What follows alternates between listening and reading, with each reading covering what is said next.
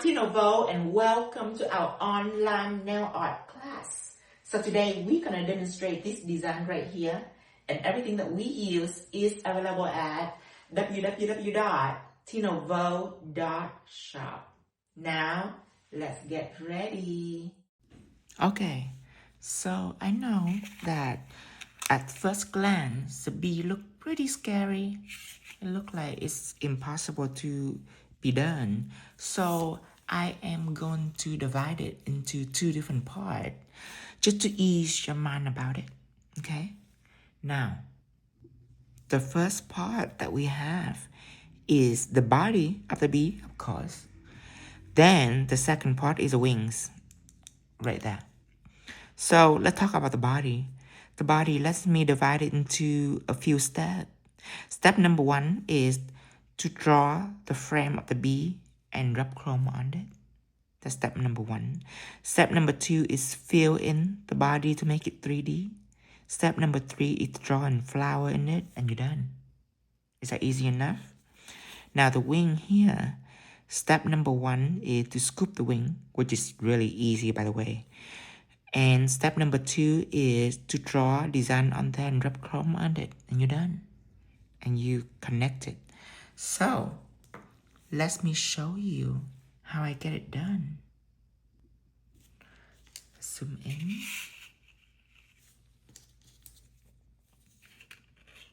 Okay, now dive into the bee first. I will need a nail with nude on it.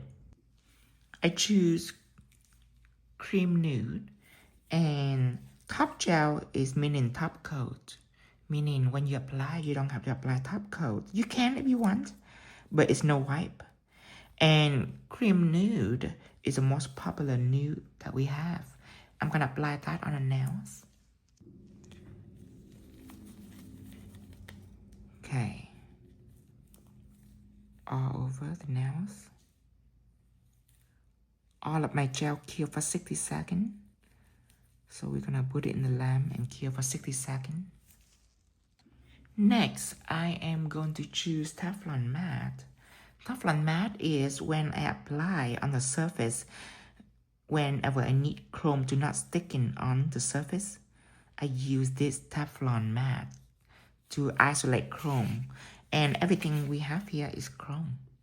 So I'm going to apply on the nude so chrome powder doesn't stick on the background. It's only stick on the design that I'm going to draw later on. So one coat of Teflon mat onto the nail surface.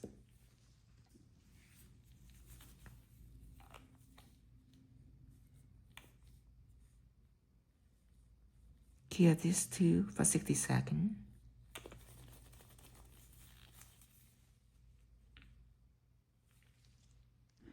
Now let's talk about chrome design. So to design with chrome, you either use metal effect gel to draw, it's used for drawing and painting, but metal effect gel are very opaque, so your stroke have to be a little thin, like this.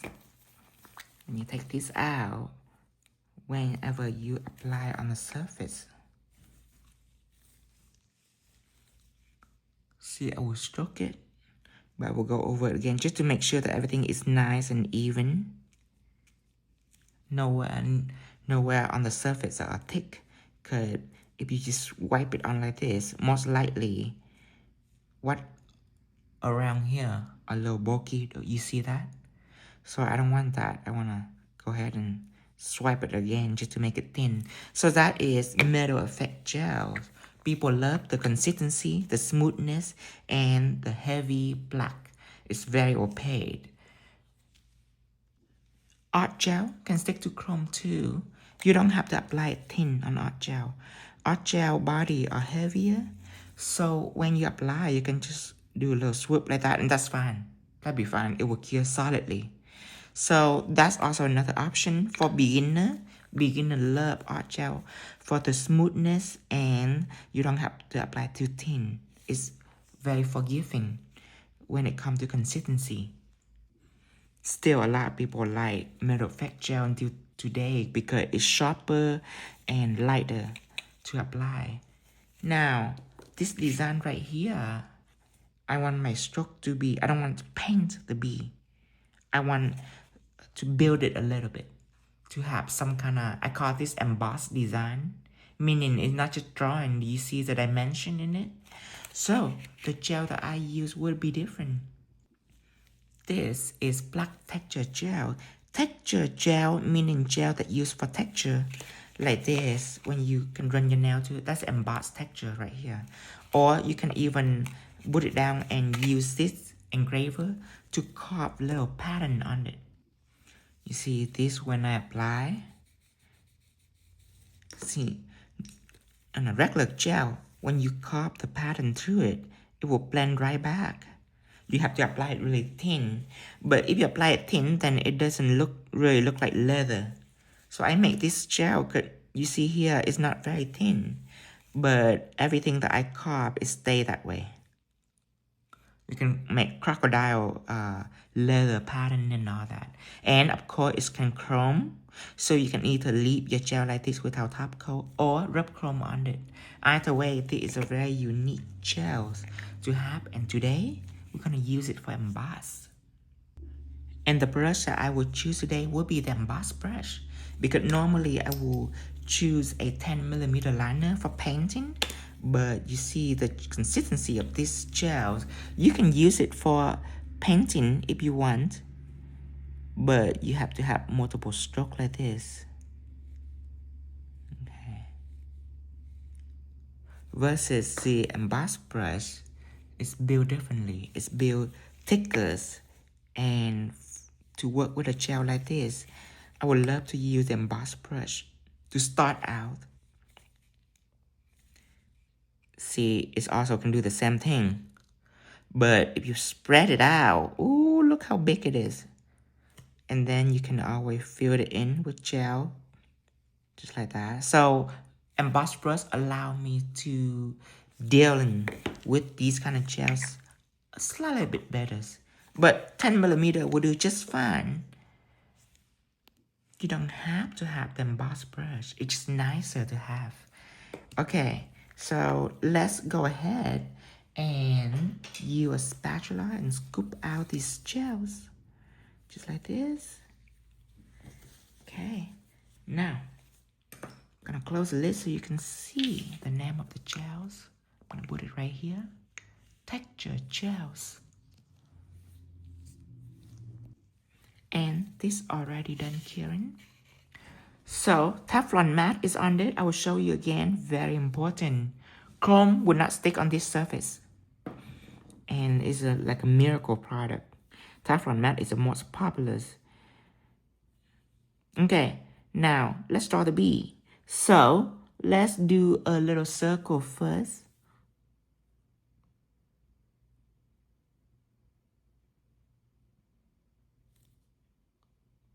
Don't touch, don't press the surface too much when you draw in this bee, the frame of it, because if you press too much, it's gonna be thicker unless you want it to be thicker. So controlling your pressure.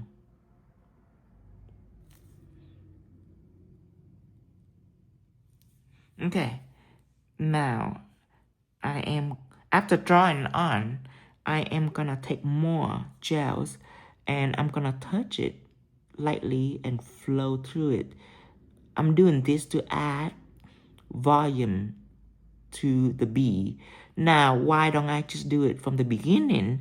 Is because when you draw, if you glide through the surface like this, your detail not gonna be accurate. Because you glide into it, you're not actually pressing the brush on the surface to draw. So your detail not gonna be very accurate. But you see, if you draw first, like this, I'm drawing it first. Then your detail will be exact. Then you can just take more gel and glide onto it. Just like that. Just to build it. Okay. And then you can also have they call it a stomach of the bee. From here, draw it out like this. There you go. Do it again. Draw it out here.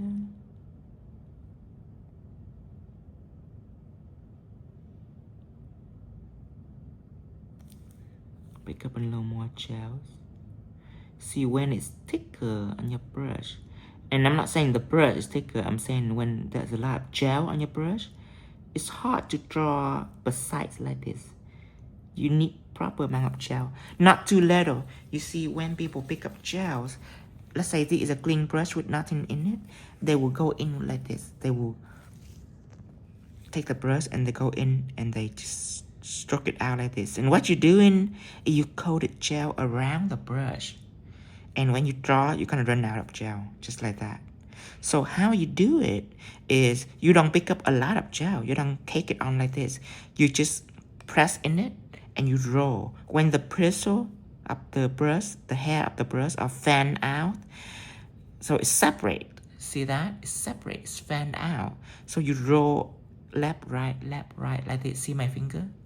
And what happened is it saturates the gel inside the brush. So now you can stroke it out and your brush don't really have a lot of gel on it, but the gel are inside the brush bristle, so everything is flowy. You don't run out of gels. That's how you draw. If you don't have a lot of gel, you just have to make sure that it's all inside your little brush right there, so it will perform much better and smoother for you. One of the tricks, the reason why not a lot of people know it, because it just takes a lot to explain. And you can see that I have to like visually show you. If not, you wouldn't understand.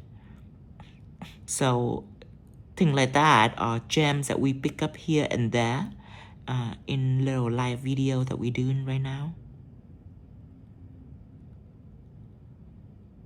Like that. Okay. Everything looks smooth. Just glide over it just to make sure that it's all nice and smooth. Okay. Now we have the stomach. See how amazing, voluminous it is? Let's draw the legs. Now the legs, I understand if you have to use the 10 millimeters, because the legs much more precise. So again, we follow the same rules. Let me see the one up here. We are drawing it out from the middle of the body, like this. See, this is the second time that I do in the bee, so that's why I have to look at the leg to see how I do it. But the reason why I do it so perfectly, just the first time there, is you don't need to know how to do it. You just need to know what material do what. Because I know all my material, got my product, so I know all of them. I know what I'm doing, so I just dive right into difficult tasks just because I know I can. I know that I will have something that can accommodate that difficult task. Now, another piece of legs. Like this. There you go.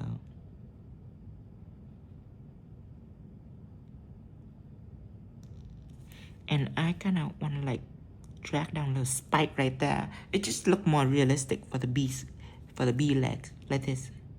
And drag out a little spike right there, like this. Yeah, so it can look like a bee. And see, I'm taking a lot of gel at one here because the way the legs move is a little different. It's not structure. It's not like thick length all around. It's not like that. It's not. See, this is symmetrical. This is structure. It needs to be exact. See, this is an oval shape. This is a round shape. Now, these are not a shape. I can just smash down a really big piece, and then I'm gonna run out of gel. So when I drag it out, it's gonna be nice and sharp. So these are different. I call these kind of stroke Baroque stroke. It's very abstract. As you can see, the leg is way different. It's a little long, but that's okay. Let's go ahead and move down do the legs right below it. Second legs. And that will be in the bottom of the body. I'm gonna move it out like this. Yeah, like that. If you need to add more, you can add more in that. And then I will curve it just a little bit like this. I'll curve it.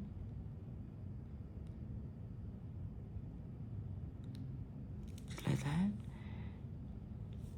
And then I'll twist it out. I'll curve it oppositely.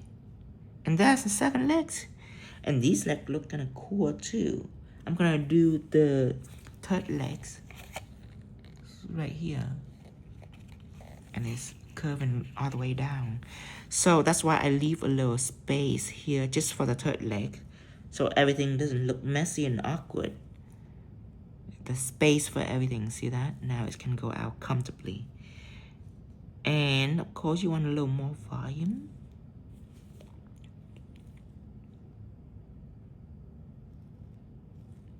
Okay, and then I am going to start from here, going down. It's a little different.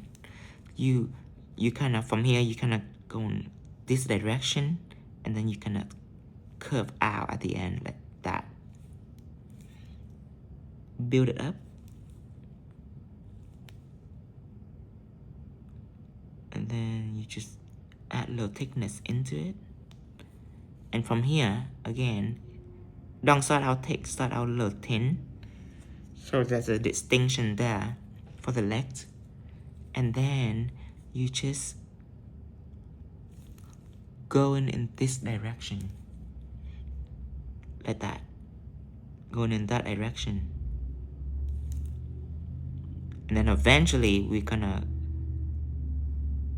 bend it in the opposite direction like this. There you go. There you go.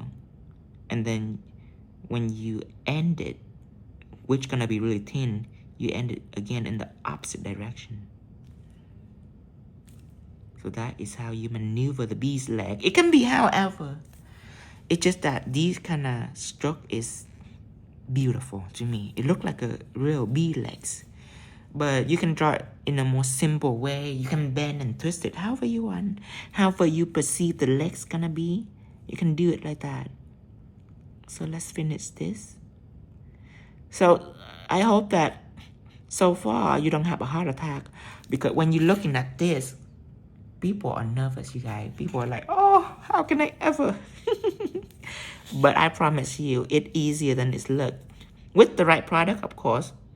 Without the right product, I don't think you can even start it, the project. Because these are special effects. It's not just a painting. You are making something. You're making a whole bee, you guys. It's going to be one of the greatest accomplishments for you, because it's a great accomplishment for me. When I imagine it in my head, it's so difficult, I swear. I was like, do I really want to do this? And after a couple of days of just really wanting to do this, I just you know what? Let's just do it. And it's not like right now, when you see me doing it, when it's in my head, I have no idea how to start. I have to be like, okay, first, let me just Google a picture of an actual bee. So I Google a picture of a bee, and of course, it looked so difficult. So I'd be like, okay, so how am I gonna do this? So first I'm gonna draw with art gel and be like, that's pretty, but it just doesn't look special. It just looks pretty. But I want it to look like AI. So I moved to texture gel, because I know that element is there. See, I know all my steps, so I know exactly what to grab. So I grabbed texture gel and I start this, and I fell in love with it right away. So I moved to the next step. I build the body up. Of course, I have 3D jelly to build the body up. And then I just draw it on. Everything, it goes smoothly when you start it. But when you're thinking about it, it doesn't go smooth. It's actually horrendous when you think about it, because it's it's like an impossible mission to accomplish. But the moment I start to pick up my brush, I open all the gel bottle, I start drawing it on, it's certainly not too bad. Like right now, I have in a heyday right now, I have in a hood. Because right now, it's not really difficult for me. Even if it's just the second time doing it, it's not really difficult, as you can see here. My material helped me a lot. My gels. Can you imagine using a regular gel to build this? It's impossible, because it will wrinkle up on you. I'm already done. Oh, and then the head. Don't forget the little head. So the head, I dot a little bit of this on. Later on, I'm gonna come back with some caviar beads for the eyes. I have some gold stud, some bar stud for the antenna. So I'm good. I'm covered. Cure this for 60 seconds. So now what I'm gonna do, I'm gonna zoom out. And the next step is chrome. Easy breezy. I'm taking my chrome out. You can see I use a lot of gold chrome. I love gold chrome. Of course, I heard comment about it. Tino, you gold chrome. Use some other chrome. And I try, but gold is so fancy to me. It just make everything look so much better. It's my preference. But everybody have their own preference. That's why I have all 10 different solid chrome colors. Or 12. Now, take this gold chrome, apply this, and you see, I have Teflon matte. I know my stuff. I know my material, so I take out Teflon matte first and apply on the surface. So look now. Now I can go on it without any fear. You know, this step stress a lot of people out, if not even possible for some people, because of the sticking to the background. If it stick, you in trouble. There's some people that still try to clean around the chrome design. Oh, don't do that. That's horrible. That takes too much time off your plate. There is special effect gels like Teflon right here that make that so simple for you. And if you put on and it smudge out, if the design, because I have a customer that asked me, Tino, when I rub it on, then it's a smudge on me. So I see the pictures she sent me, and the gold is not shiny like mirror like this. The gold is actually very glittery. So if that happened to you, know that you did not use the correct gels. You don't use this or this or this, because I want to inform you that some people still think that they can just take any black gel and design and it will come out like that. Or it will be chrome. Even if the chrome come out glittery, they just think that it's the way it's supposed to be. That everything going on in social media, it's just somehow AI or something. But chrome's supposed to be glittery, and I want to inform you that it's not. Look, it's perfect. It's not glittery. So if you use the wrong gel, what happens is when you apply chrome, it will be glittery, and the wetness of that gel, the inhibition layer, it will smudge out onto the Teflon matte. And you don't want that at all. It's going to be very messy. I just want to inform you of all the possible troubleshooting that you could go through. But I just have to advise you, follow every single step that I do so you don't end up with it. But some people learn very fast, and some people hear very fast. So they miss out on certain details. And I try my best to explain every single detail, like the type of gel you have to use, the type of background you have to use. Voila, beautiful. Now, caviar beads. I have this little box right here. Isn't that cute? It have all the sides, have really big side, and it going down all small size. Now, I have small side. I have this is 1 millimeter, which is what's in here. Right here, that's 1 millimeter. Actually, I'm sorry. This is 1 millimeter. This is 0.8 millimeters. Sorry, this is 0.8 millimeters. And the reason why I have it, because a lot of people use small bead and they would run out of it before they ran out of everything else. Because everything else is for special occasion. So they will buy this individually. That's an option for you. And I even have 0.6 millimeter, which is smaller. just in case you feel adventurous. Because the smaller it is, when you make lines with it, the beautiful it is. The more seamless it look. But today, we're going to use some big one.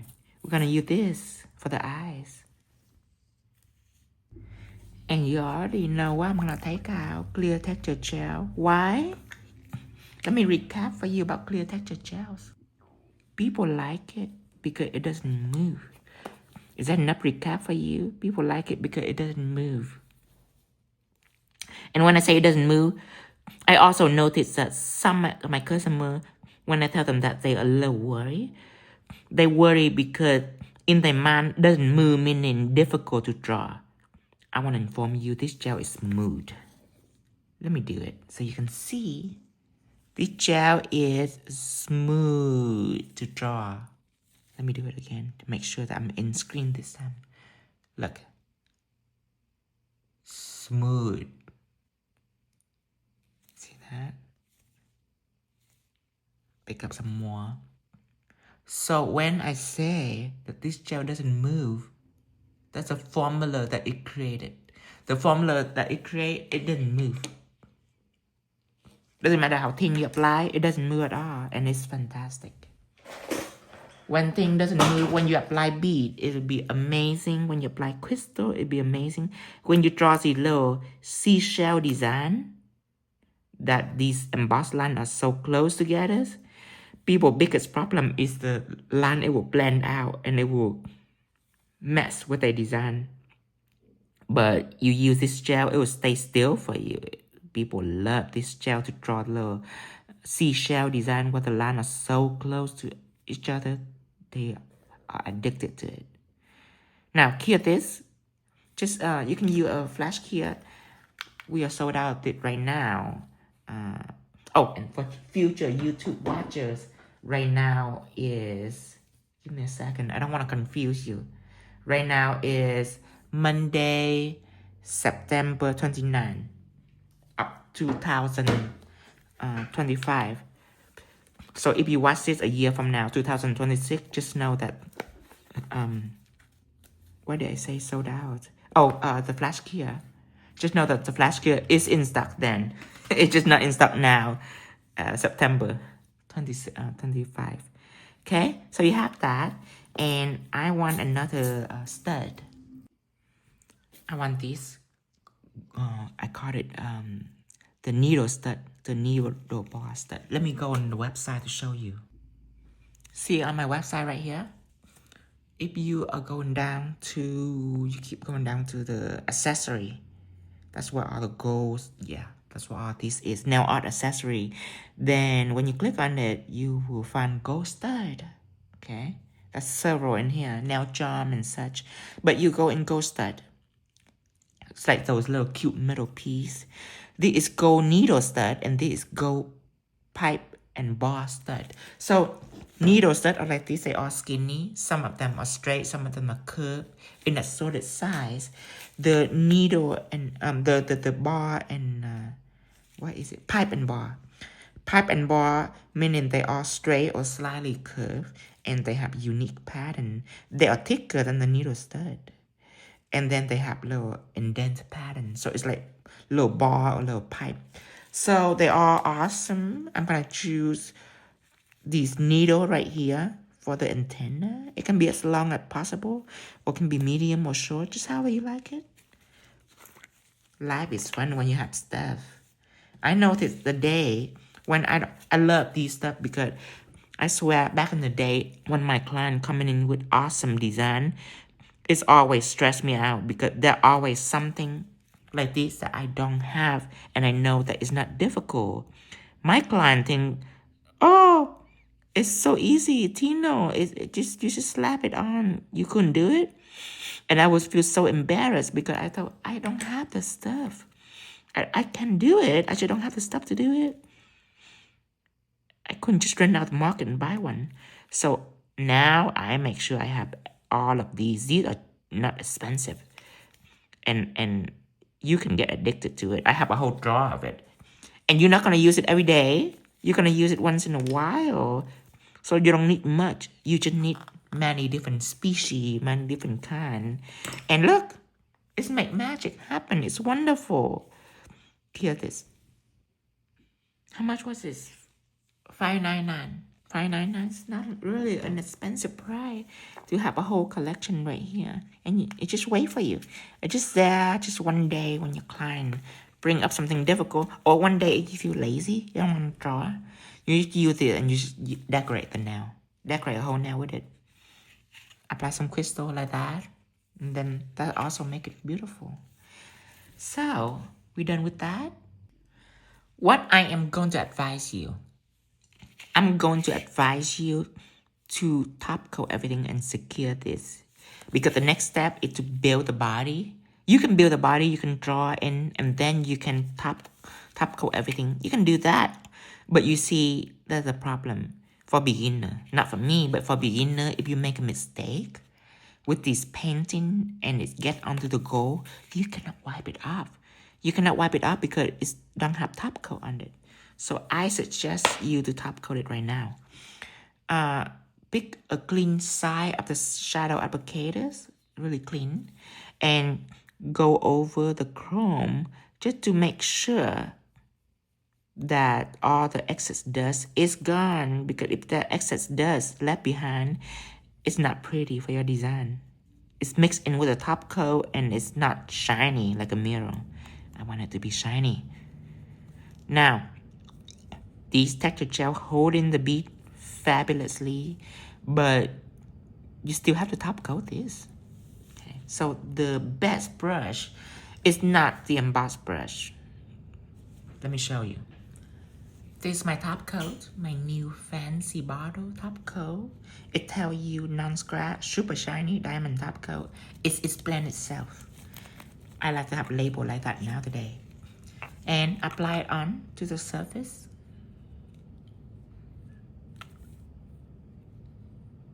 Okay. And I want to zoom in. The embossed brush, yes, the body are fabulous to soak up the top coat. And if you only have the embossed brush, you can use it for top coating. It's fine. Like this, you can top coat it. Yeah, it's fine. It's fine, but you see, when you apply like this, you cannot see. If you apply a little more pressure, you can spread out really thick. I mean, not thick, but you can really spread it out. And we are trying to stay right on the goal. We don't want to spread it out too much. So what happened is, when I don't apply pressure, then it's like this, which is fine. Okay.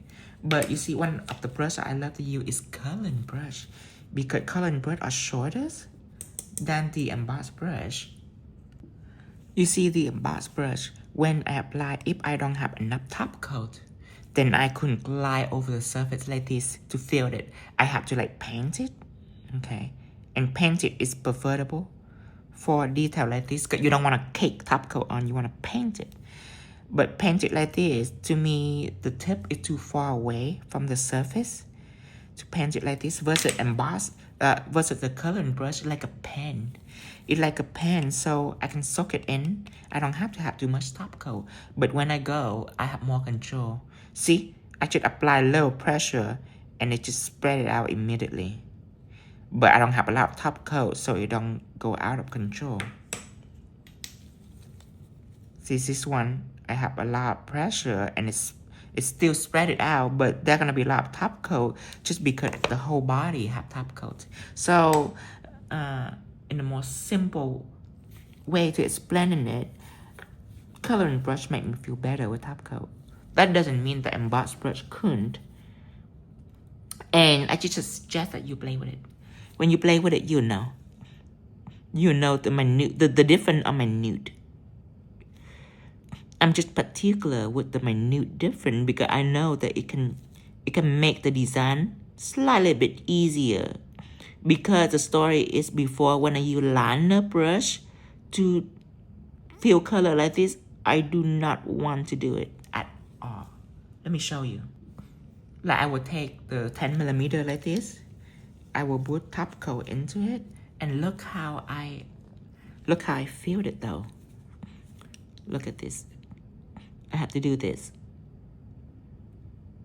There's just so much more stroke. And of course, the liner brush couldn't hold a lot of top coat. So top coat, it would like dripping out.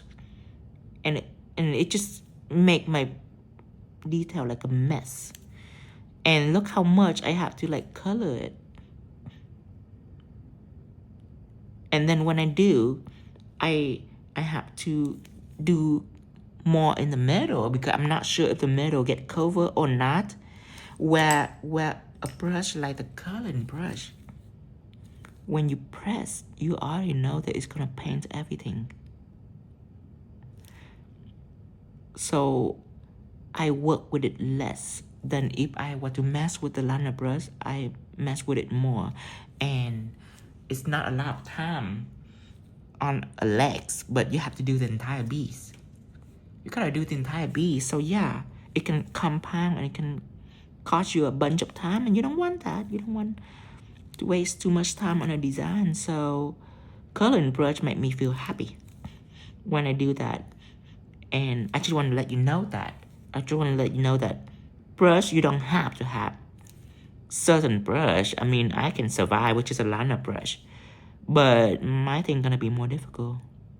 It's gonna be more discouraging versus something that make me excited to do. Incredibly important. I'm just gonna flash cure it.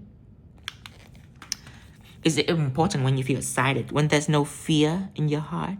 That is when the design, that is when the creativity actually will flow out of you. When you're not afraid. When you're afraid and stressed out, it's already 50% lost. It's already game over. If you are afraid, so don't be afraid. Know exactly what to use.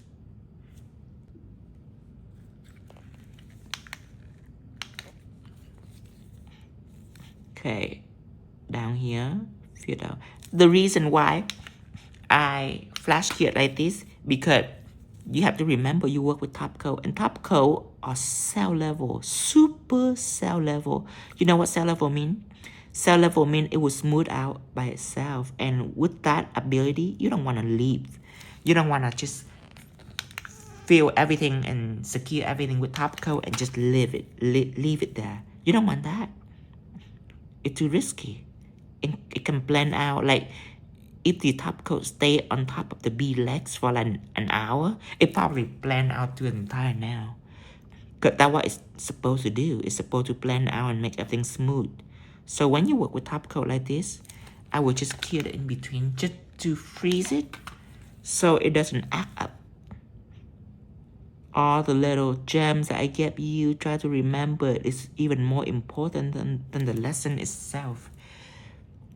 With just the ability to understand what top coat is, because, you know, sometimes things like this that people miss out, it's cause you a little problem when you design that discourage you from being a good artist. Like if you don't flash cure like this, when people don't know how to do that, like that, then when they draw like this, it's very messy on them. It's not nice and clean. And when it's messy, then the design turn out ugly. And when it's ugly, guess what people do? They blame themselves. They be like, oh, I'm not a good artist. That's why I'm not doing it. No. Don't blame yourself. It's this tiny little minute step that you miss out. Like that. You miss out on these steps. That's it. It's simple. You just have to follow the step. That's it. Just like when you're cooking, if you're cooking and you forgot to put salt, or you put salt instead of sugar. If you're supposed to put sugar, if you're baking a cake and you're supposed to put sugar and you put salt instead, well, the cake will turn out quite different. But don't blame yourself. It's not because you're a bad cook. Well, yeah, you are a bad cook. But it's not because you're a bad cook because you're not capable of cooking. It's just because you forgot to put the sugar. You put the salt instead. So it's just like that. Don't blame yourself. Just know there is some step into the entire process that you miss. And I'm telling you, as an experienced nail artist, all the step matters. Every tiny little step. And I know some of you, I know how you're going to learn. Because I used to be the same way. I'm a fast learner. I'm not going to take time to read the instruction every time I buy something, like a blender or something. I never read the manual. I'm impatient. When I learn, I just, I double coded this just to make sure. Sometimes with 3D detail like this, I double coded this just because your client, they're messy. They can bump their hand into stuff, and when it have embossed design on it, when your client bump the nail on it, then what happened is it can chip up a little piece when they crash a nail into something, and people will do it without knowing it. So double coat make me feel happy. And when you double coat is fast. I don't have to be thorough like when I first started. I can just glide on the surface like this. That's why I flash clear less. But when I first started, I have to like make sure that the top coat is right on the edge and go past the edge just a little bit so it can coat it the chrome so the chrome don't chip. But the second coat just to help the foundation, make it stronger.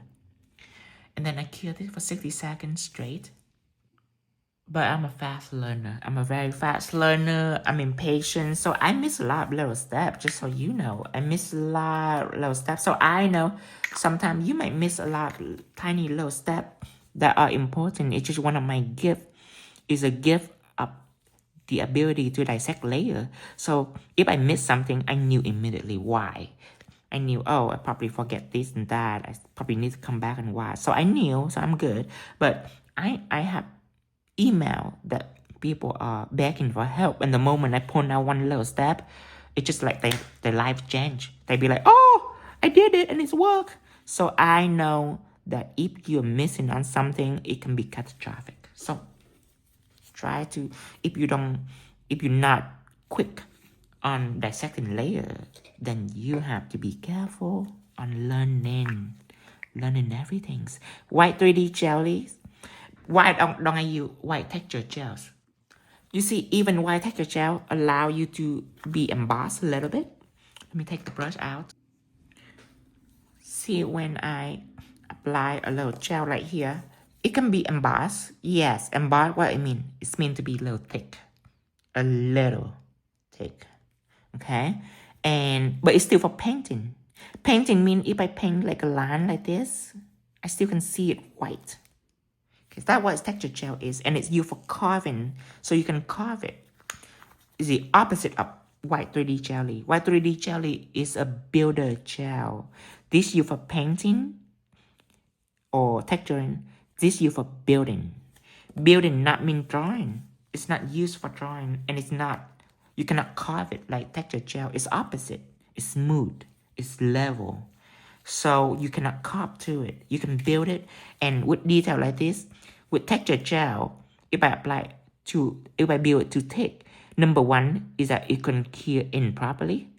Number two is it's not gonna easily be smooth for me because it's texturized. I have to like try to twirl it. It will be almost perfect, but not perfect. 3D jelly will be 100% smooth, like a football or like a baseball. Sorry, I don't know my sport, but like some kind of ball. It's smooth, it's perfect. So it's opposite. One is smooth, one is not smooth. One is for textures, one is for building, for painting, building. So when you take 3D jelly out, you know that if you paint it instead of building it, see, this is building it. You can build it as high as possible. But when you paint it, it will be milky. It's not going to be, see, let me paint right beside it. See, it will be milky. It's not going to be completely opaque. Why? Because it's built for you to apply so thick, and in order for it to be like that, it cannot be very pigmented like the white texture gel.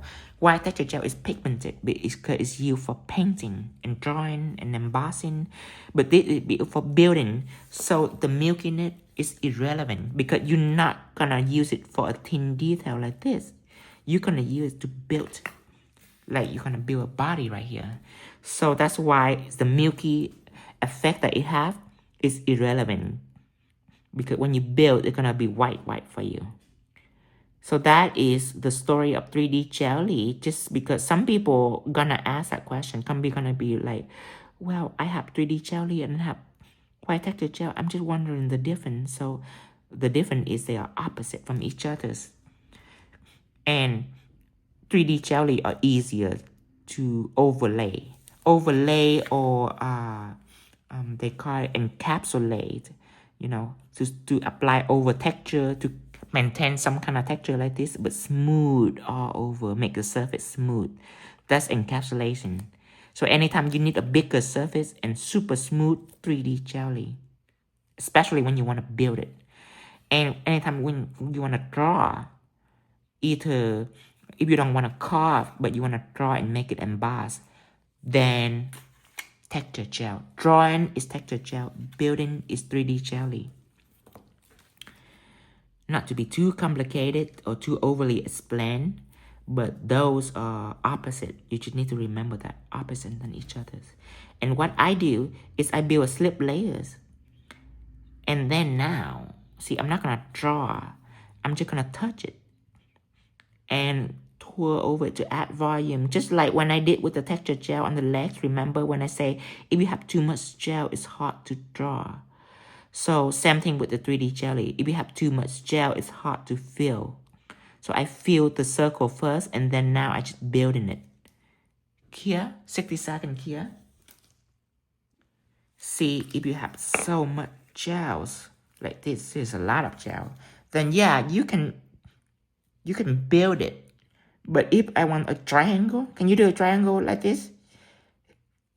Let me try to do a triangle. Let me flow my gel into a triangle. It's horrendous, you guys. You see, I'm flowing into, let me zoom in so you can see. I am trying to flow into a triangle with a bunch of gel on it. It's horrendous. It's horrendous. So you're gonna need minimum gel, and you're gonna draw the triangle. You're gonna draw it out. Because with this amount, yeah, you can be precise. You can draw out the triangle, or the edge and everything. You can draw it out. You can fill it. And then you can leave it wet, because this layer is called the slip layer.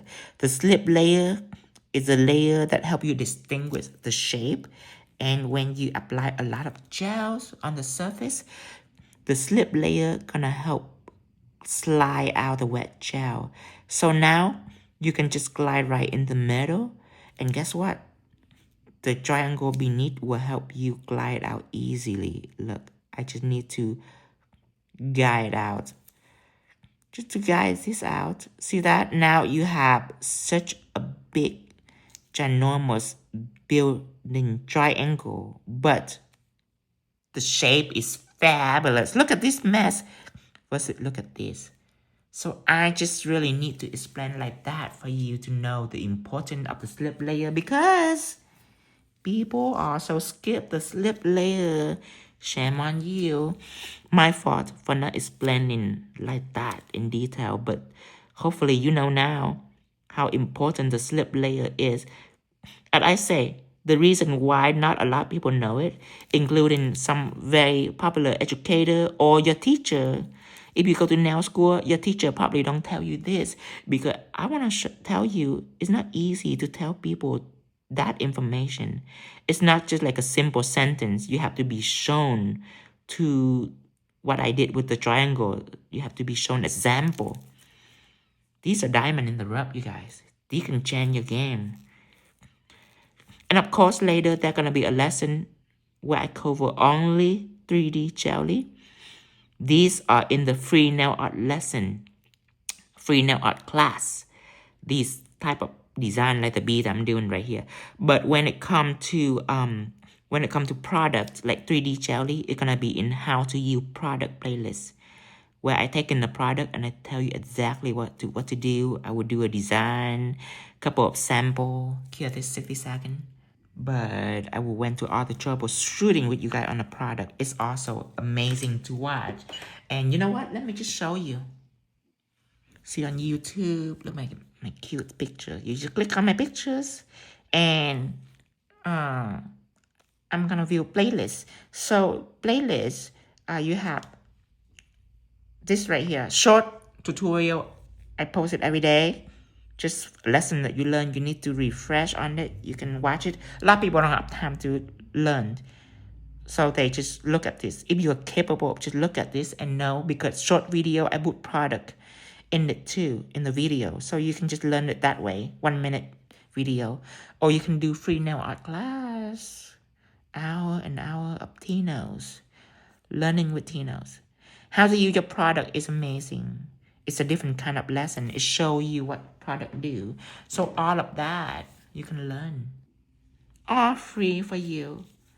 I already make money off my products, so I just show you how to use your product. That's all. Okay, now, time to paint. So we're gonna take out medium to paint. So, do I use art gel or one shot liner? Decision. Art gel is for bulk, or I'm sorry, that's not a good way to explain for bulk.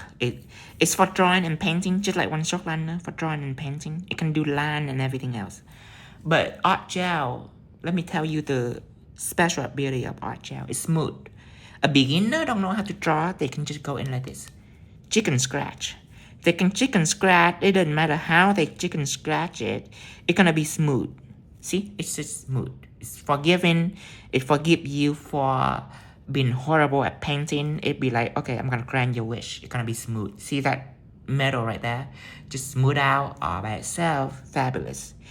So for color block meaning French tip, or like a block like this where I need to color it, I most likely go with art gels. Okay, just like that. If I do line, I most likely prefer one stroke liner, but I can still use it with art gel for doing lines. Art gel is heavier than one stroke liner. Heavier not meaning difficult to draw. It's very easy and smooth to draw. It's made easy. But heavy mean when you draw, you can feel it. If you draw, it's a little heavy than a gel that are light. And when it's heavy, it can help you. Like if I want to draw a curve, because it's heavy, it makes the brush a little more draggy. So my curve can be chef kiss. Beautiful. That was heaviness mean. It's help you.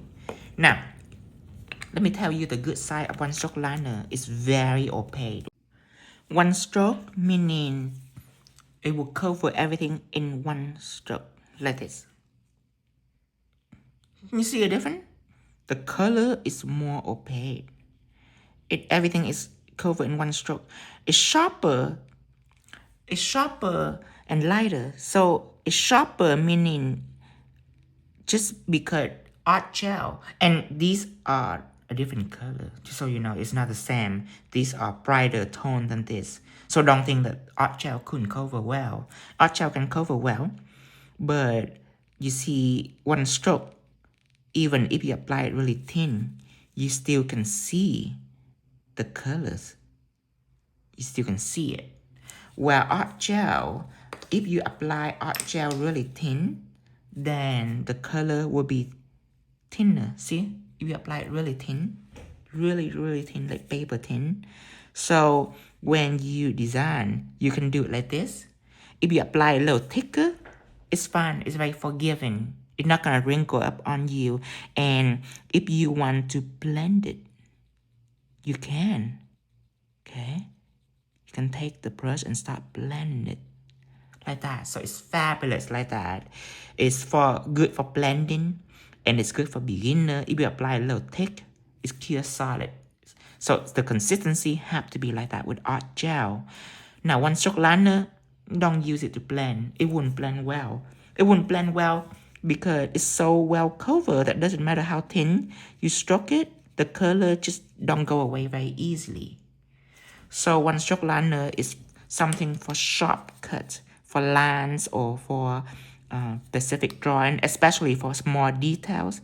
But you see, it's sharp because the edge is sharp. You see the edge versus this edge is a little flurry, a little blurry-ish, just a little bit. So this is not in sharp.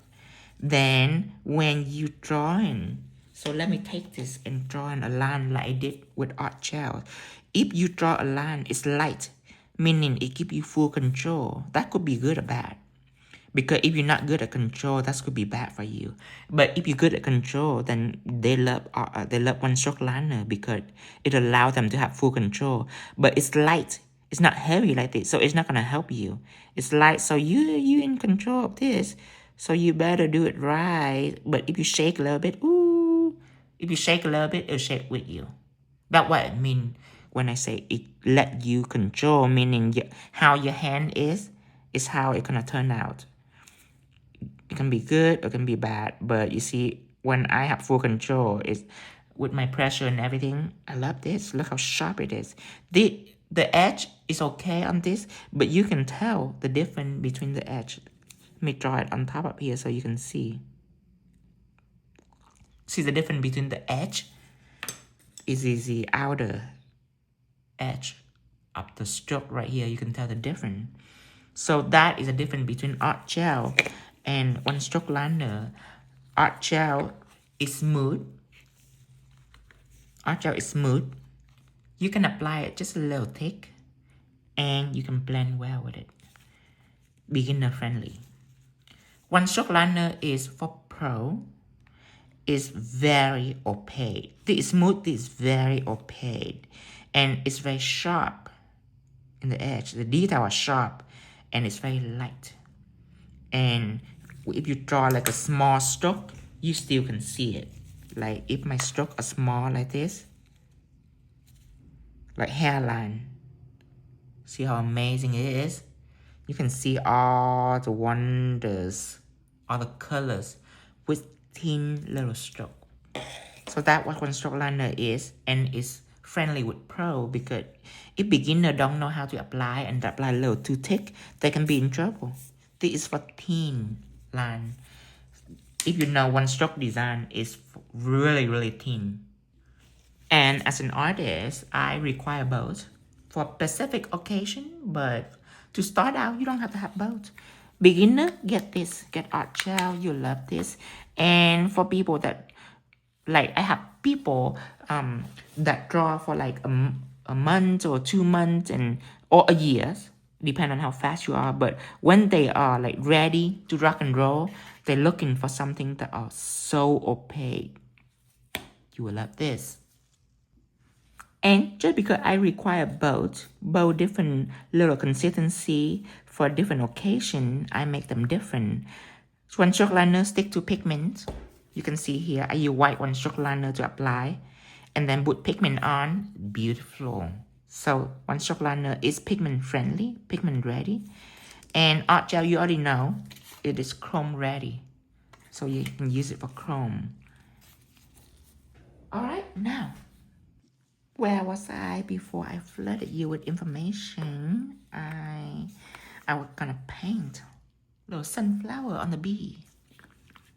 So let's take it out and paint a little sunflower. Orange, brown, black.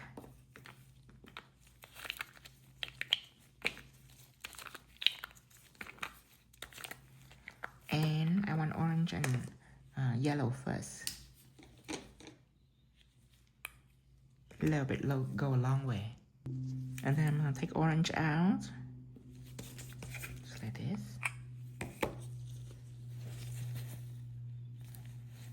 Okay. Now, what am I gonna use to draw? I will use coloring brush, but since it's really small, I'm gonna use my 5mm blender that I use for flowers. So I'm gonna clean this. This is what I use for clean brush conditioning cleanser. It's an oil-based formula, and the oil are very good with gel. It doesn't mess with gels, and it helps condition your brush while you're designing. I will take this and submerge it in.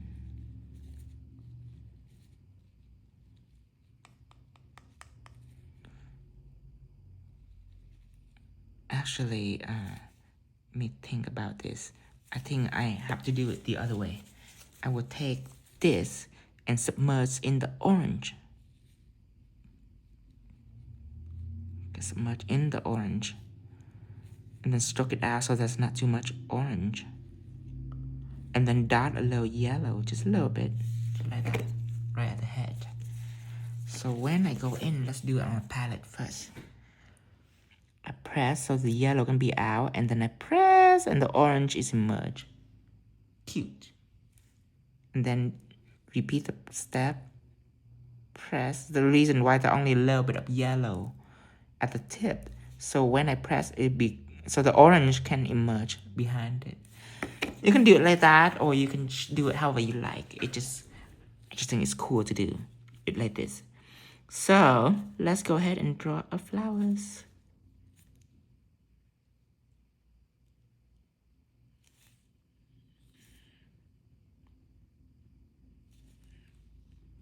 Like this. I always feel a little uneasy when I stop and explain it for you guys. I always want you guys to see me paint and draw. When I watch some YouTube video and they will like start with a huge long intro, it's just such a turn up for me. I'll be like, come on, do something already. So I feel the same way. But I know that some of the information you have to have is very powerful to have. And you know, if any people that watch and think that I talk too much or I explain too much, which there's none right now, but I always think that way because that's how I feel when I watch YouTube video. But you know, if I feel that way ever, then that means they don't love Tino. They don't want to hear Tino talk. They might be impatient, and you cannot be impatient when you learn from this. You see, even if the lesson is free, it's not really free. You have to pay with your time. If you don't have time to watch, then that means you don't get the information, or not all of it anyway. So people always say, oh, Tino, why do you teach for free? Why don't charge for it? And I'd be like, you know what? People buy my product, so I already get compensated for it anyway. But you see, it's not really free. You pay with your time. Hear this? And it takes love to pay with your time. It takes money to pay a fee, but you gotta love Tino to be able to hear me. You know what I mean? If you don't love Tino, how can you hear my voice for like an hour? That'd be torturing. That's what I noticed is people are either love my voice or hate my voice. But either way, you gotta listen to me for like an hour. Okay, now let's take this out, and I'm gonna use 7mm details because we are getting into some small little detail here. Black for the middle of the flowers.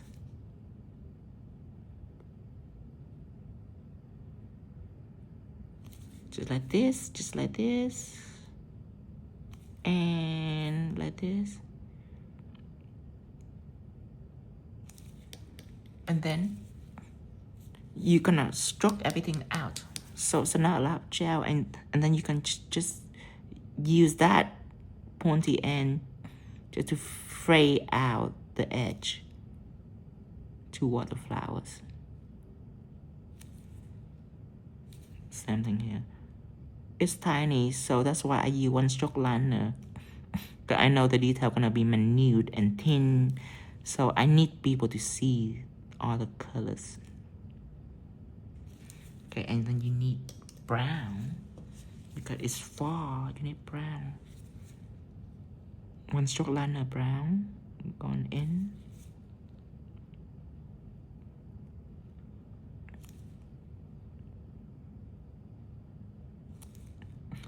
See, for a yellow like this, if people use a regular polish, it wouldn't even show up.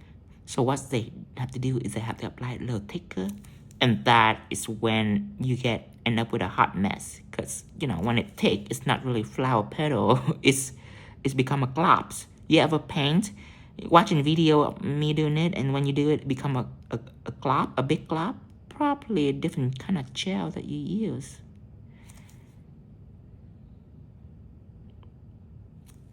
Okay, pretty. Oh, it's already almost there. We have the wings left. Hear this? And I know you're afraid of the wings. The wings give you nightmare, of course. I know. You'll be surprised when you see how I do these wings.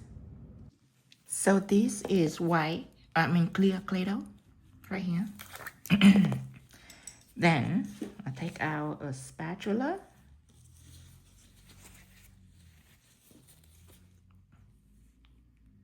A mixer, and then take this, roll it out. Yeah, probably don't want the wing to be too big, so split it in two. Okay, now you have a little ball. You wanna roll it toward it's like a teardrop, like on one side. So it's rolled out like a teardrop. Look at that, just on one side. And then let me see how big the bee is. Okay. Okay. I think just a little longer and that's it. And we can also do the other one too right now, just to make sure that it's equal. Okay. Good deal. Would it fall apart? It's gonna be really easy, you guys. A lot of people stressing out about the wings. I don't know why. It might be because it's so cool. It's like 3D. But literally like this, and then you just press, and then you're done. Like that. Bam, bam. Here. That's it. That's it. Bam. There you go. Super easy, you guys. It's not hard. The result, though. The reason why I do it this way, because the results are fabulous. Let's go ahead and top coat the stomach of the bee for now. The results are fabulous. The results are difficult looking, because only like that can you judge your client. Because your client gonna be overly impressed. But the steps are not. The steps are easy. Remember, I build my product just so I can design like this. I can make crazy design like this. Yeah. So easy. Top coat, top coat. With the right brush, of course. Coloring brush is one of my absolute favorite. Like right now, when I go to beauty show and I don't have the coloring brush, hear this, I freak out. I freak out because then I have to use other brush, and I don't want to top coat with other brush. Coloring brush is amazing for top coats. I guess I have to make 2 more wings. How difficult is this? Okay. Now, where's a piece of paper? And just add it in. Clear the odd ones.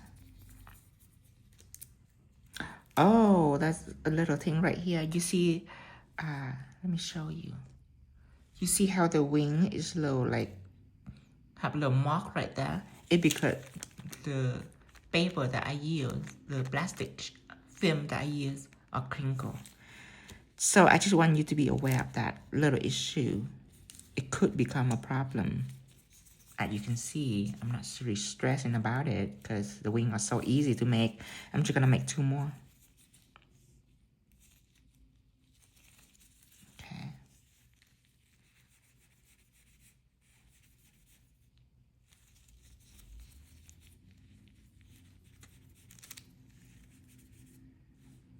Okay, I can see here, this wing, it needs a little more gels. That's why I roll it all out, just for me to make sure that the wings are like completely equal. Because sometimes they're not. If you flat it out, it will be very difficult just for you to aim it. So I say roll it and then compare it before you flatten it out. Okay, I have 2 of these. Now, let me very carefully flatten it to the clean side right here. Press this. Okay, it can be that, it can be a little bigger, your choice. A lot of people want it bigger. Like, let me show you my first nail set. Okay. Oh, actually, this is my 3rd time doing it because I do 2B. So this is my second bee. You want to see my first bee? The wing is so big. I guess I'm from Texas. The bigger, the better. But choose your side accordingly. Oh, and my first lesson is I put a bee wing flat. Of course, I use a material that I can just move the wing. It's not like it's solid where it can crack. I show you later. A special material to adhere it. But the second bee, I flip the wing up so it don't lay flat. See how smart it is? Save space. So you learn as you go. And this is what I noticed, you guys. Because I haven't done this a lot, so there's still more for me to learn. You see, if I just let it go like this, then the sticker might peel off the wing a little, but not quite. And then when you cure it, it will give you issue like that. See, like that? It's mean the sticker like that. It's already kind of peel up because this is non-stick gel. It is fabulous, non-stick. So when you let it go, it can cause you a little issue. So when you press, it needs to stay pressed. It needs to stay pressed. You need to hold it like this.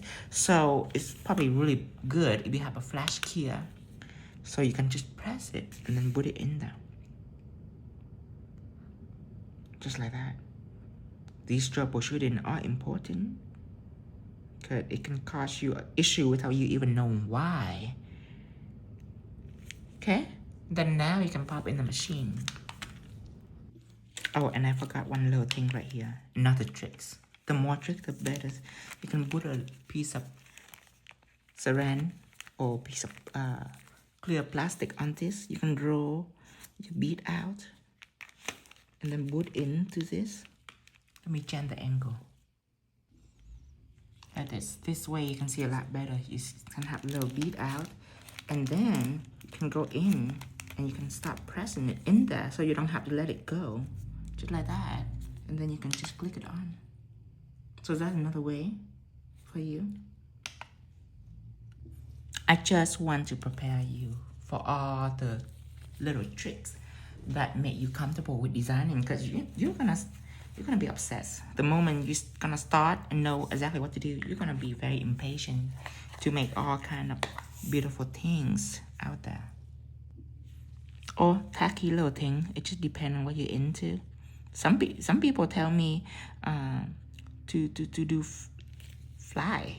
I was like, why would I want to do a fly? I never met a girl that want fly on her nails.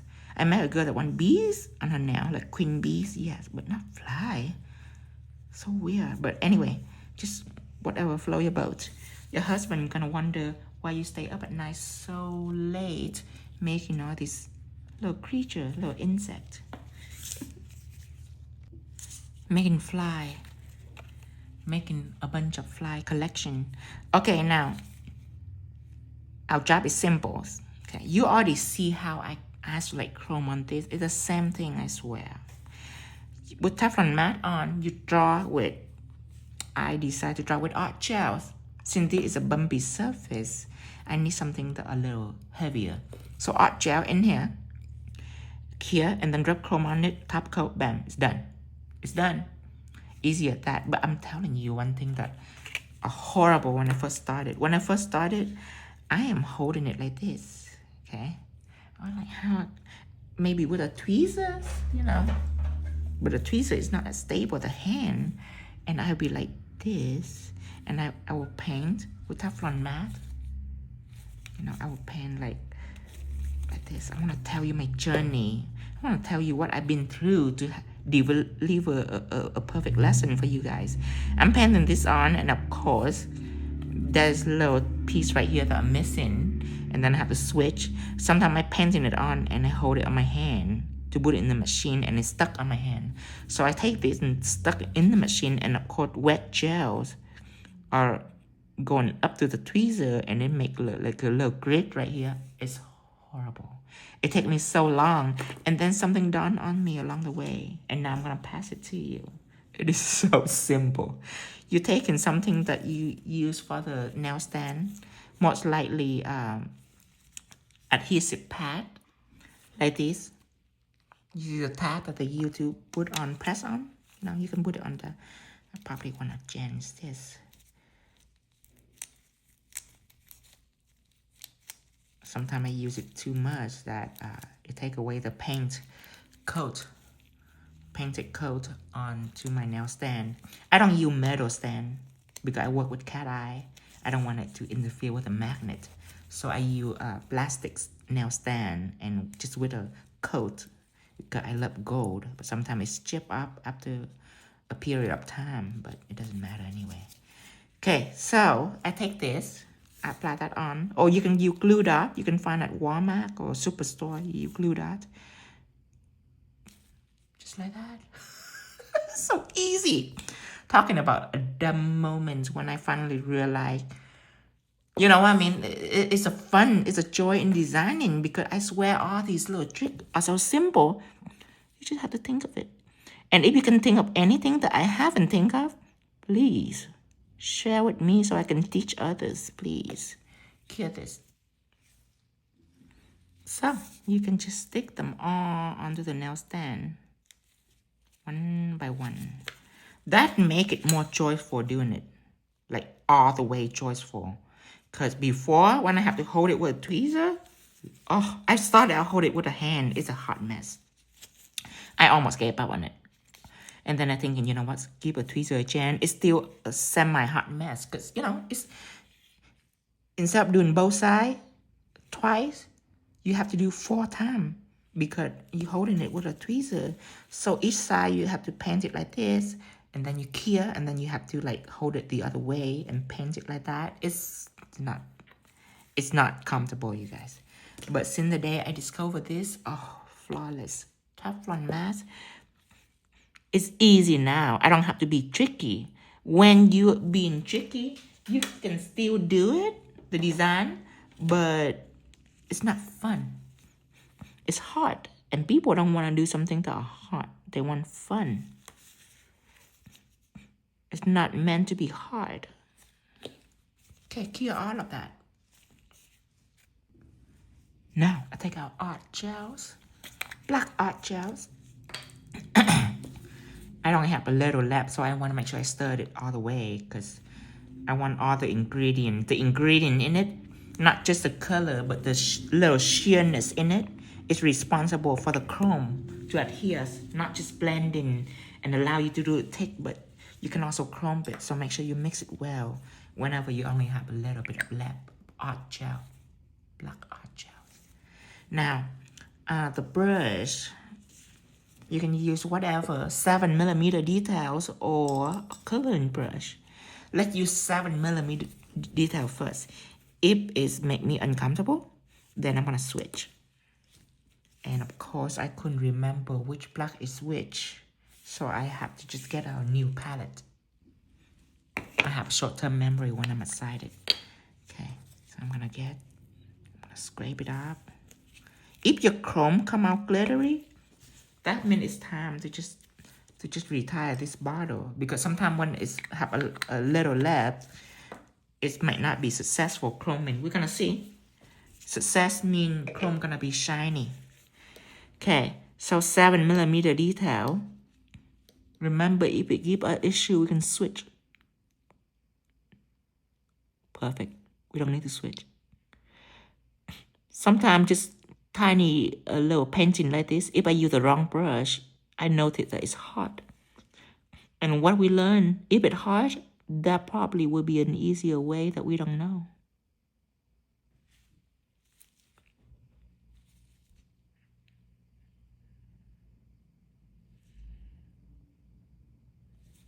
Okay, go all around.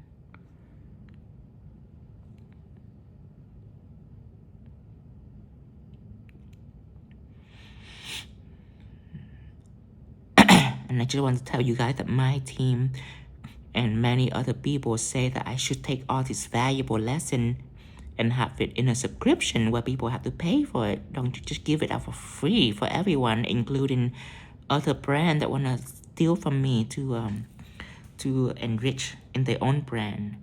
But I say, you know what? For now, I'm just going to leave it out in the open.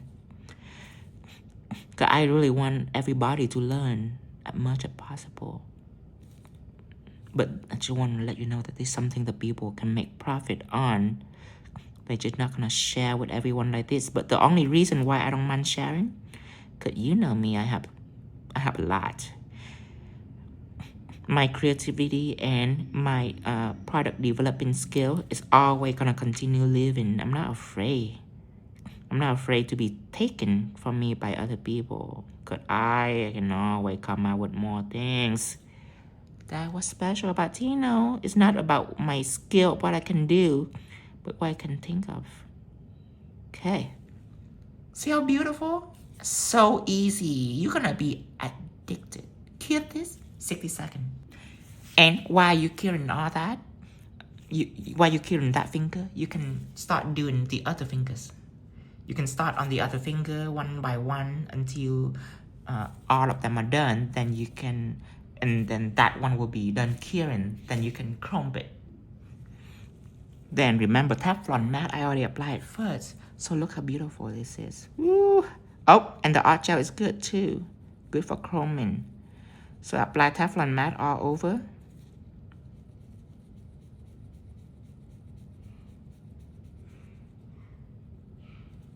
There is this little bit right here that it gets stuck to a chrome. That means there's something going on right there. Oh, okay. It's good now. Okay, so let me show you. When there is a little bit that are stuck in chrome here, at that point you have to analyze. Okay, you have to analyze what happened. Either you're not putting enough Teflon mat, but I noticed that it's all matte. If there is a shine part, I will know. So it's not that. It's not that you're not putting enough Teflon mat to let area expose. So now you have to take the eyeshadow applicator and clean one and wipe it to see if it go away. And it seems to go away. That means that there's two things that can happen. One, chrome powder is too small. But if it's too small, it's still stuck in the surface. You can wipe it up with the shadow applicators. But then they are going to be like that. It's just this part. So you have to look at the chrome and see. Do you see the chrome? See, it's so shiny. And these, the chrome are not too shiny. What that mean? That means that when I put into the lamp, I'm not putting it all the way. So this part is have difficult time of curing. Alright? So you can either try to clean this, and if you're a perfectionist, then you can apply a little more art gel on it like this. Let me show you. I want to show you everything so you prepare.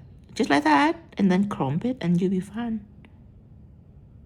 I know it looks a little weird when it's not chrome, but when it's chrome, it'll be perfect.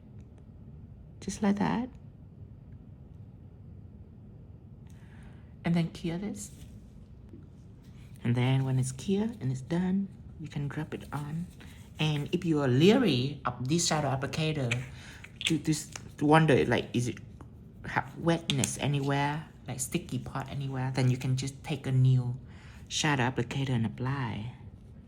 And bam, everything is shiny. There you go. Then knock off the dust that was there before. So that is how you fix it. So let's take out a top coat. Let me zoom out a little bit. Okay, let's take out top coat. And we're gonna top coat this.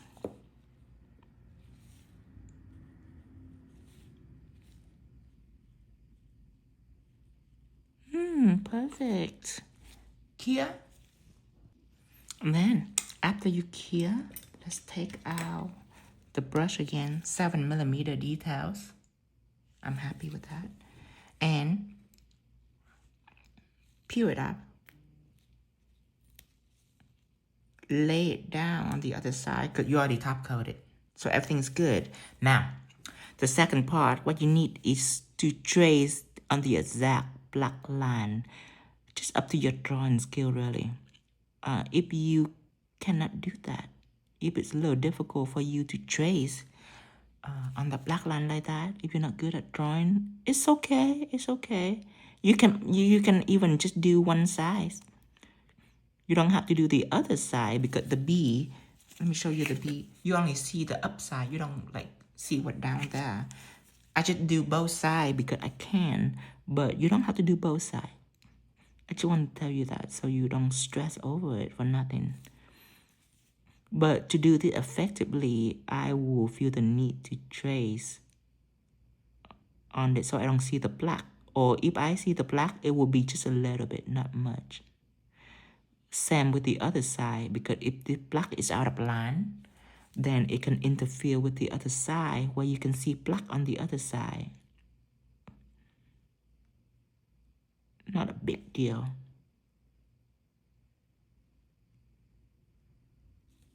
Kill this. Yeah, you don't have to do both sides. It's just a little extra. Just like if you take a conference call at home and you don't, if you go on Zoom, you don't need to wear pants, you only need to wear shirt. But it's nice to wear pants too, even though people don't see it. But hear that, and then we're gonna put chrome on it. I don't know if anybody ever do that, taking Zoom call, not wearing pants, but I saw a couple memes on Facebook and it cracked me up. I'm sure some attempt to do that. Oh, that is one of the mistakes that I have. I didn't put Teflon mat on. Darn it. I have to erase this. See, that's one mistake that I have. But you know what? It's probably good for you guys to see it, so you guys know where I go wrong.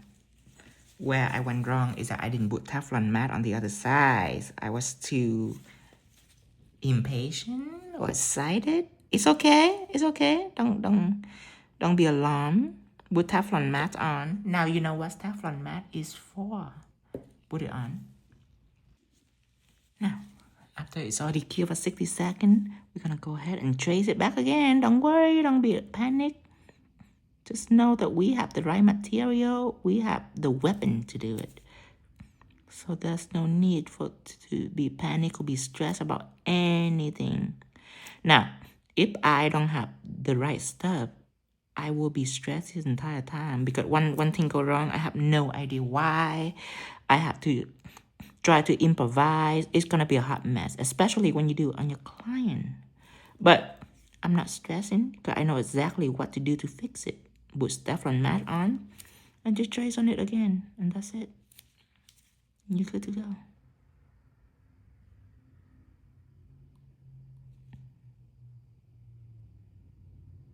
There you go. And check. The background is matte. That's good. And remember that it's not the matte that make it chrome free. Chrome stick on matte just as well as stick on chrome on shine. But Teflon is special.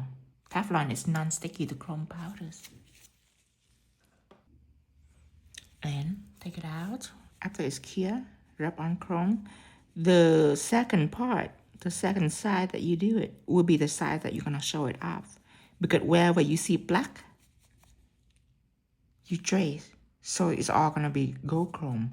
But you see, when you trace, you might apply a little too thick, and that the black might show up on the other side. So that would be the back, and this will be the front right here when everybody see it.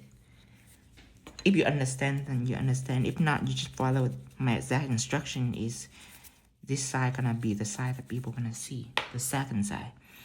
Then you're gonna take shine it and cover it and cure for 60 seconds. And when it's clear, you can just put it right here for whenever you're ready to take it out. Now, the next part that I'm gonna do will be clear silicone. Okay, clear silicone is similar like Play-Doh's, but Play-Doh, it dries solid and it non-stick. If you use clear silicone for the to put in these and you press it, it will stick to this when it dry, because what silicone is it's also non-stick unless you touch acetone. If you touch acetone, it will be pretty sticky. But what it is that it's solid and it's cell level. This one doesn't cell level like this one. This one, after like a minute, it'll be smooth out, just like a normal gel, but it's a type of gel where you can hold it with your finger too. But it's cell level. So anytime that I have to make something big where I don't want like bubble in it, I will use a silicone because it's cell level, meaning it's gonna push all the air bubble out. It's pretty cool, but I don't use it for the wing because it's gonna stick to that plastic sheet. And so for that, I like to use clear Play-Doh, then that makes the wing nice and solid. But what this is when it's dry, it's gonna be flexible. Meaning you can take the dry piece and you can bend it. And sometimes people think, if they're not familiar with the product, they think that it doesn't cure. But what happens is when it dry flexible, it allows you to do things like if you doing a cow, a 3D cow with horn on it, or a boar with horn, then the horn I will use silicone because you cannot break it. It's flexible. So that's what it's for. And for the wing, I use silicone because when I adhere the wing to the bee, you can move it because it's flexible, remember? So that is a perfect way to adhere. And of course, that this is a little too thick. I just want a tiny bit, not too much. Just put it onto the surface right here.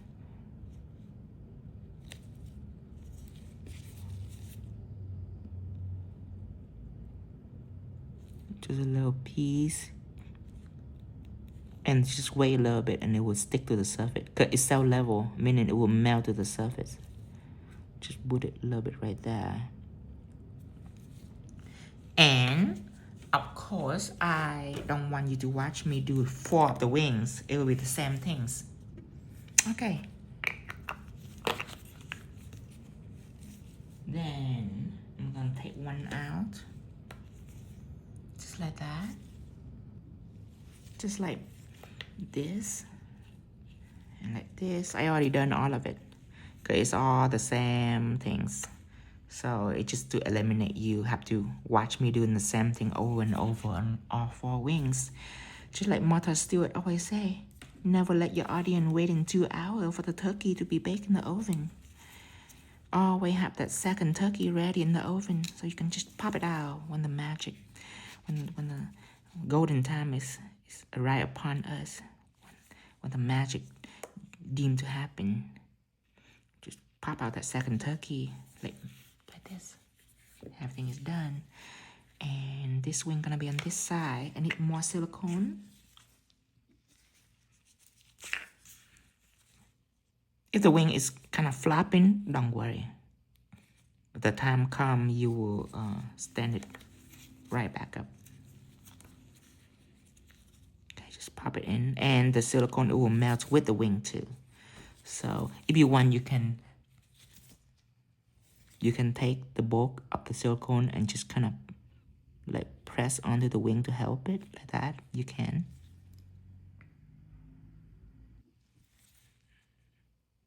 This side too, you can press it in just a little bit, but you want to wait a little bit so it can start melting in to the surface of the wings. Because it's cell level, so you have to wait for it to cell level on the surface. Okay? And because at this point it's already level on the body, it just needs to be level on the wings. And when you're ready, you can place your fingers like this. Zoom out so you can see. Place your finger underneath your client fingernails like that, and stand it up like that. And when you're ready, you cure, and we'll have a bee. Okay, so I'm gonna tilt it down just a little bit. Gonna adjust the pattern of the wing so it look correct with a bee. And when I'm ready, I'm taking my flash cure and pop it in.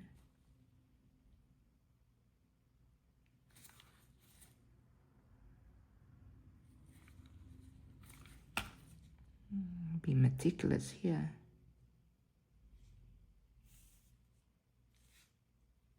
OCD, I need them to be balanced. Okay.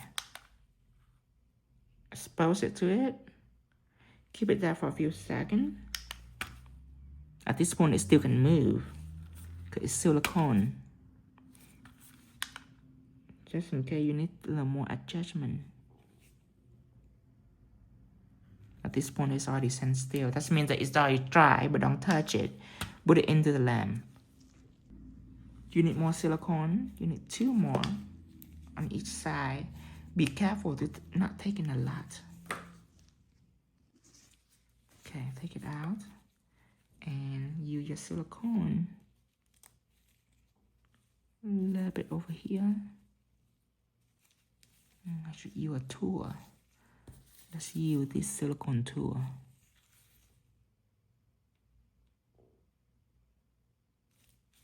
And then another one. Okay, one more. Tool, always use tool. Sometimes I forget that. Sometimes I forget and just trying to make it with my fingers, but just pick up a tool and your life will become easier. There you go. And then you pop in the other wings.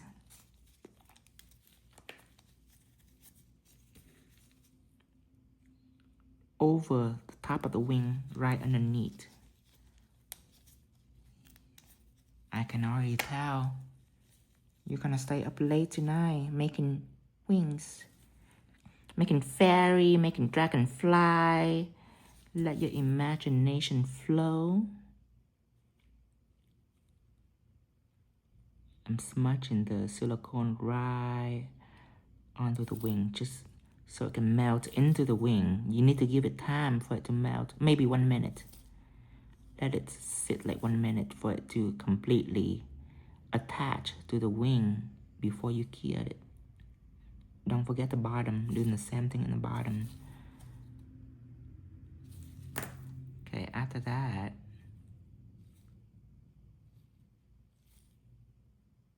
adjust everything.